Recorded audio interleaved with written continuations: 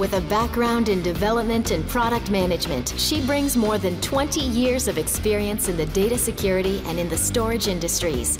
She joined Check Point as part of the acquisition of Hyperwise, where she was Vice President of Products. She led product management at IBM and was co-founder of SafeEnd.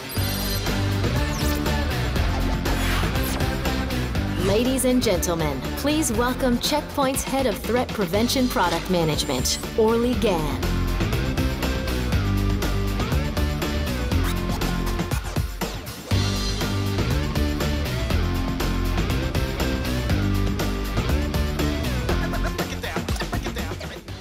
Thank you, everyone, for joining me after this break. I am lucky enough to have the presentation that is probably on everyone's top of mind, because I'm going to tell you about how to survive the ransomware plague and defeat cyber extortion.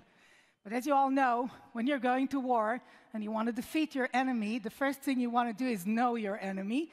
And for that, I thought that rather than stay in this Check Point Experience 2017, I'm going to take you to the dark side. I'm going to take you to a different event that we shall call the Cybercrime Experience. This is our 2017 event at Cybercrime Software Technology, where rather than welcome you to the future of cybersecurity, we're going to welcome you to the future of cybercrime.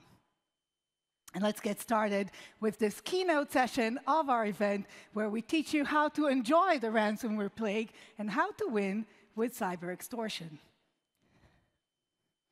Well, you all know 2016 was a wonderful year. If you're a cyber criminal, this is the best year you've ever had, with more product lines than ever before, obviously more customers than we ever dreamed about, more innovation throughout our product lines. You can see innovation everywhere. From the entry point to the way we infect computers to the way we collect the money, we bring innovation everywhere. And of course, more revenues, because we're really in it for the money. And we really made a lot of money in 2016. And lastly, even our marketing department has excelled beyond our wildest imagination, with more press coverage than we've ever could dream about. And you think 2016 was great? Well, what a fantastic week we just had. Talk about press coverage. Just look at that. We had press coverage everywhere. You can open a newspaper, you can open your TV without hearing about something that we have done in the cybercrime world. Anywhere from talking about the number of computers that were infected, the hospitals that were hacked, the plants that were shut down, Telefonica hack, the WannaCry ransomware everywhere, the losses that are absolutely immense. And of course, the number of countries, this headline says 99 countries. It's probably around 150 countries by now. We're everywhere, and it's a great time, truly a great time, to be a cyber criminal. Now, here's what our strategy used to look like in the old days. We used to go after things to use products such as spam worms and keyloggers and banking trojans and botnets. All of these are still very much relevant, but here's the thing about them. This is what you get when you use them. You get things like credit card details and medical records, financial data, intellectual property, data records. And the thing about data breaches is that they leave you with the data, not with the money. And remember, we're in it for the money. And monetizing breach data, turns out it's kind of complicated, and it's very often risky. So we realized that there actually is a better approach to cybercrime. And this is what ransomware is truly all about. A better approach to cybercrime, the fastest way from crime to money, sell the data to the people that care about it the most, the owners of the data. They're the ones most likely to buy this product. Remember, we want to minimize risk and have the highest potential of revenues. We even have a magic quadrant that shows us that we're in the top right corner with ransomware. Minimize the risk, maximize the revenues. You want to know how successful we've been? Here are some numbers from 2016. First of all, you look at that install base. 40% of companies worldwide were actually using our ransomware products. That's an unbelievable number. Any company would be proud to have this number. And by the way, it's much bigger now. It's much higher than 40%. Of course, here's another impressive number. 70% of those that were infected or chose to install our product, as we like to think of it, have chosen to pay for this service. Of course, that's a very conscious choice. Data, money. We really need the data. 70% paid, and they didn't just pay small numbers. You hear about the numbers of individuals, how much they pay, and you think, okay, it's $200, $300 per incident, that's not big money. When it comes to organization, the numbers are significantly higher, because the data is worth that much more. More than 50% pay higher than $10,000 per incident, and 20% paid more than $40,000. And those numbers truly add up. So if you believe the FBI, because we're not really publicly traded, we don't share our data, but if you believe the FBI, in 2016 alone, just off this ransomware product line, we made more than $1 billion. $1 billion, that's an amazing number for a single product line.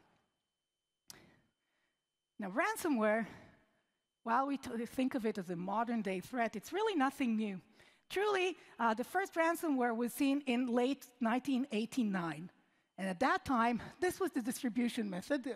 I don't know how many people here are old enough to recognize this. This is a floppy drive, 5.25-inch floppy drive disk that was actually loaded with ransomware and was sent in envelope, physically sent to people so that they would install it. And that when they installed it, it basically encrypted their boot record, denying access to their PC. At that point, they were asked to send a sum of money to a post office box in Panama. This is what the ransom note looked like at the time you have been hacked. They were kind enough to spell this word there with PH rather than with F. Look it up. So ransomware is nothing new, but some things did change in the years since '89. Well, here's the first thing that changed, the delivery mechanism. We no longer need to send floppy disks in envelopes to a certain number of people. We have much more efficient delivery mechanisms, and if we've seen anything this weekend, is that through use of worms, we can reach amazing amount of computers and install our software on them. The second thing that's changed is that the importance that we all place on our data. And this is true for individuals who really, really, really have to have a copy of their kid's 3-year-old graduation party. That video that they just took over the weekend with 40 other parents taking the exact same video at the exact same time. And also, of course, for companies. Even if you're not a digital company at all, still your data is digital. And if you're denied access to your data, your business is gone. So the importance that we all place on data is much more significant in 2017 than it was in '89. Here's the last point, the payment system. Remember that post office box in Panama? That's traceable. Somebody can go and figure out who owns this box. Maybe it will take a few hops, but eventually somebody will know who you are. Well, this has completely changed. Well, how do you collect ransom fees? If you've ever seen a movie or a TV series where a ransom incident was involved, this is how they asked you to collect your fee. Now have you got all the money? $2.2 million in unmarked, non-sequential bills? You miserable, scum-sucking pig! Oh, honey, I'm so sorry. They made me say that. This is what risk-free payments used to look like in the old world. Please bring me a suitcase full of money to a pre-designated place, usually in broad daylight. I will wear some hoodie to hide my face. It needs to be unmarked, non-sequential bills, meaning it needs to be untraceable. I can't have the money, when I then go out and spend it, be traceable back to me. Well, lucky for us, in the cybercrime world, we found a modern-day alternative, and this is what risk-free payments look like in the modern world. This is truly the power of what we all know as Bitcoin. Now, people tell you that Bitcoin is a legitimate currency. It kind of is. Cash is also legitimate currency, but we all know that when people use large amounts of cash, usually there is something shady in the background. This is also true with Bitcoin. Bitcoin can be used for legitimate reasons, but more often than not, it's used for non-legitimate reasons, for crime, for cybercrime in particular, because it has this very nice trait that we're looking for. It is untraceable and it is anonymized. And when you have untraceable, anonymized transaction, you are in crime heaven. Of course, we offer our customers the ability to pay us directly online, so that makes it very convenient for them. They have a very high motivation to pay, because we've already said they all place a lot of importance on their data. And lastly, a very low motivation to involve law enforcement agencies, because they're simply not up to the task. That's the reality that we live in. Lastly, I want to say that we also offer excellence in customer care. Ask your vendors to give you the same kind of care that we do. With 24/7 hotline, with advanced ticketing systems, all of these are available for ransomware. And tiered support, if you didn't get a chance to actually, if it didn't work well, we will work with you to make sure that the decryption process works as expected, since good reputation truly drives more business. And again, if we've learned anything from this past weekend, is that because the criminals were unable to demonstrate that type of reputation, nobody that paid actually got their data back. To the extent that we know so far. It's still ongoing. But so far, there is no mentioning of somebody that paid and got their data back. So don't pay if you get hit. But typically, with the more professional ransomware, if you pay, you get your data back. Okay, no keynote presentation is complete without a roadmap. So let me give you a little bit of a glimpse into our roadmap in 2017 and beyond. Of course, there's a lot we can share. You'll just have to bear with us and find out. Here are a few things that you can already share, because some of them have already started happening. On the business front, we're certainly enhancing our affiliation program. Anyone who wants to join in and create their own business with ransomware is welcome to join us. We will share the revenues, 40%. We will take 40%, you get 60%, and all you need to do is distribute our ransomware as a service. We offer this to you. Of course, we also have a Bring a Friend program. You'll get an extra 5% if you bring a friend and he becomes a distributor as well. We also have invented this new payment model. You may start seeing that. Infect 2 of your friends, get yours for free. Wow, isn't that cruel? That's very effective and very cool. Why is it? We all know why it's cruel, but why is it so effective? Because one of the key things with inserting any type of malware, and ransomware in particular, is the phishing element, the social engineering. So if you get an email from someone you've never heard of before, chances are you'll be at some alert level and you won't open it. But if you get a mail from your friend, somebody you know, all of your alert level is down. You're opening that email, you get infected. So this is why this is a very effective payment model. Now, on the product side, we also have some enhancement to come. Of course, we already try to encrypt your backups, your Windows shadow copy. We'll go further to encrypt your Dropbox, your Google Drive, anything that we can get our hands on from your computer. We will make sure we encrypt that as well to make sure that that 70% of customers that choose to pay goes up. We will have platform support. We already, of course, support all variants of Windows. We will start supporting, we already support Mac and continue on to mobile devices. And of course, that last huge frontier, Internet of Things, or rather, the Internet of ransomware things, your phone, your camera, your watch, your thermostat, your car, you name it, anything that you choose to connect to the Internet for the sake of your convenience, for the sake of remote control, is now a valid place where we can place our ransomware. It's not just about encrypting your file, it's about losing access to your system, losing control of your system, and asking you to pay good money in order to gain it back. And this is it for our cybercrime experience. Ransomware, we even have a slogan, ransomware because they care. They care about their data, they care about their business, they certainly care about their reputation, they need all of those, and as long as we can put that and ask ransom for it, we will make very good money. 2016 was a breakthrough year for cybercrime, and 2017 is already shaping up to be even greater. Why don't you all join us? Okay. So now that we know our enemies, we're ready to look at what protections we can offer you from Check Point and in general. And let me welcome you back, not to the future of cybercrime, but to the future of cybersecurity.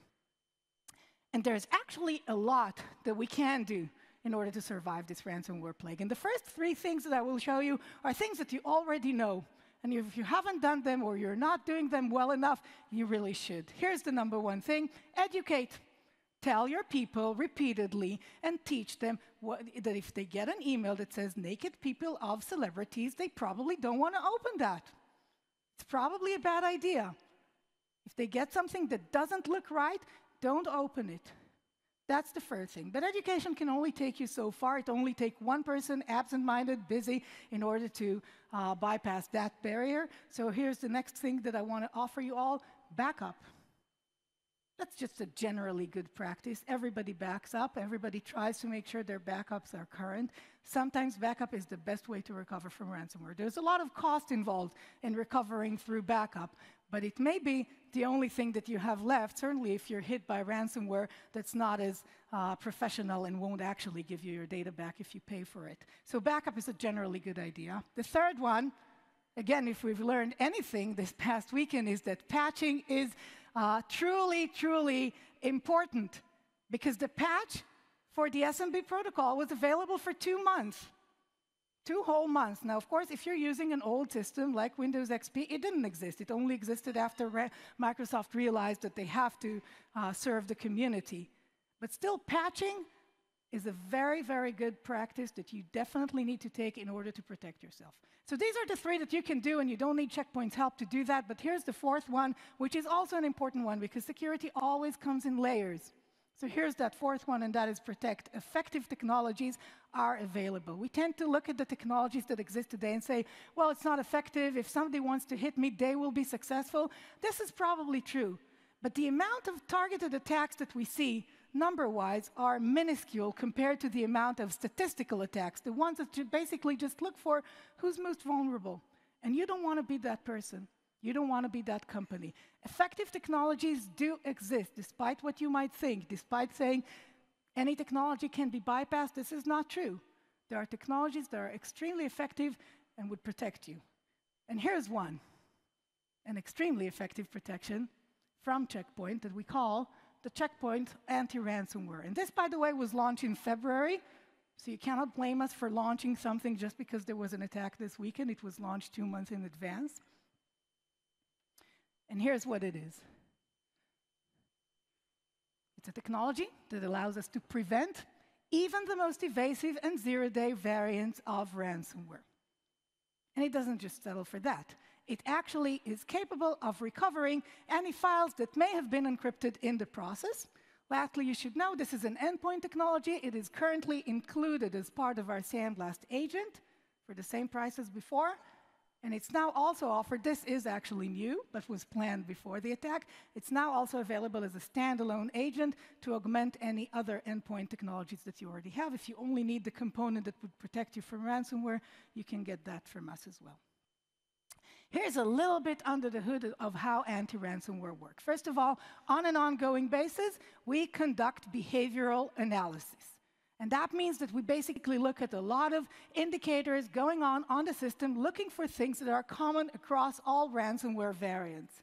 Things like, of course, the systematic encryption of files. Things like the creation of ransom note in every single folder.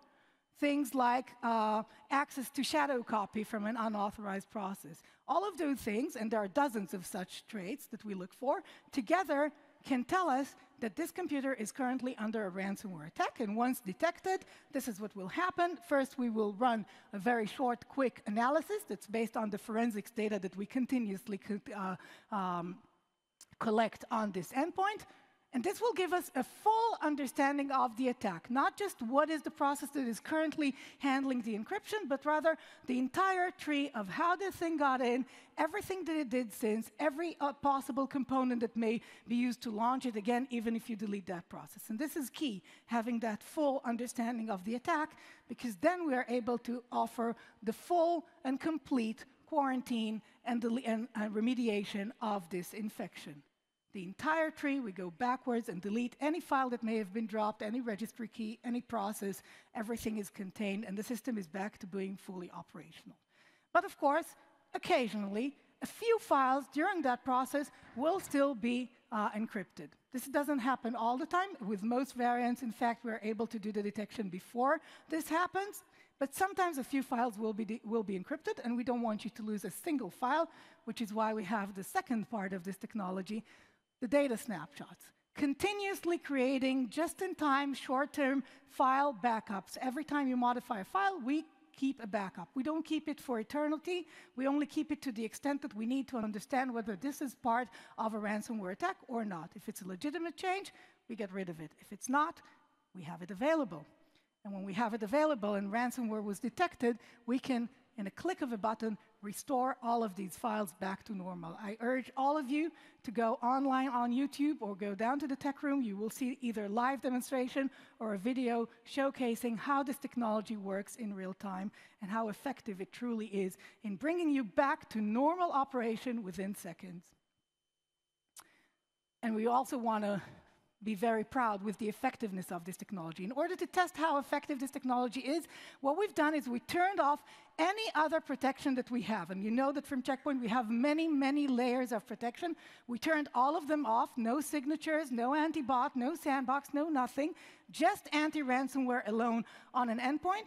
And we tested this for over 6 months with over 200 daily samples of new ransomware variants that were seen in the wild. And we were able to demonstrate this very impressive catch rate, more than 99%. That's the catch rate that we are able to see over a very long period with many, many samples. And I can tell you that none of our competitors comes even close to this number. This is a truly impressive number. And yes, if you're asking yourself, it did catch the WannaCry ransomware just this weekend for the customers that had this technology installed, even before any signature was seen, even before the attack was made so very, very public. So yes, this technology was, in fact, proven in very real-life situation, and we're very proud of that. And of course, 99% is the 0.3 is the baseline, because in real life, we don't ask you to turn off all of those other protections. They are very relevant, and you want to take advantage of them. And let's show a little bit about what these other protections really are. And in order to understand it, we need to think about how ransomware comes in. That's the key to understanding how to protect against ransomware. So ransomware gets in pretty much like any other malware. That's the truth of it. Either from the web with your user, downloading malicious files or browsing infected website, through mail, malicious links, malicious attachments, things that come in through the email. Sometimes, occasionally, it will come in through a malicious file that was plugged in through a USB drive. And lastly, vulnerabilities either in the servers or, as in the case this weekend, in the SMB protocol of the endpoint itself, being exploited in order to plant the malware on those devices. This is how malware and ransomware in particular gets in, and in order to protect from that, we don't have to wait for it to get to the endpoint. We can protect it on the way, and this is what we do with our SandBlast family of technologies. We offer you the layered protection, which is what is truly needed whenever we're in battle. Always security has to come in layers. So we start off with the IPS and the antivirus. We tend to look down on these technologies, but they are the baseline to any threat prevention solution that you would have. You have to have them. They're the baseline. And they're extremely effective. They're not 100%, but they're what you need to start off. And then we offer those advanced technologies, the zero phishing against deceptive websites, threat extraction, sanitizing files so no malicious content can bypass that extraction. Threat emulation, check the file in a secure environment before it's allowed to go through. Anti-bot, make sure command and control communication is blocked if you happen to be infected. And now, with our last line of defense, on the endpoint itself, anti-ransomware. If everything else failed, or you've happened to misconfigure it, or you just didn't deploy it in time on this particular system, you still have the anti-ransomware technology directly on the endpoint, ensuring that you're still protected. This is what we offer you at Check Point. The highest level of threat prevention with multi-layered protection, with the best threat intelligence in the industry, ability to block both known and unknown zero-day variants of malware, and lastly, available everywhere, on your cloud, on your network, on your mobile, on your endpoint devices, everything powered with the Infinity architecture, topped with the SandBlast advanced threat prevention technologies, This is the promise of Check Point to you. SandBlast zero-day protection, now with anti-ransomware. We've just defeated cyber extortion.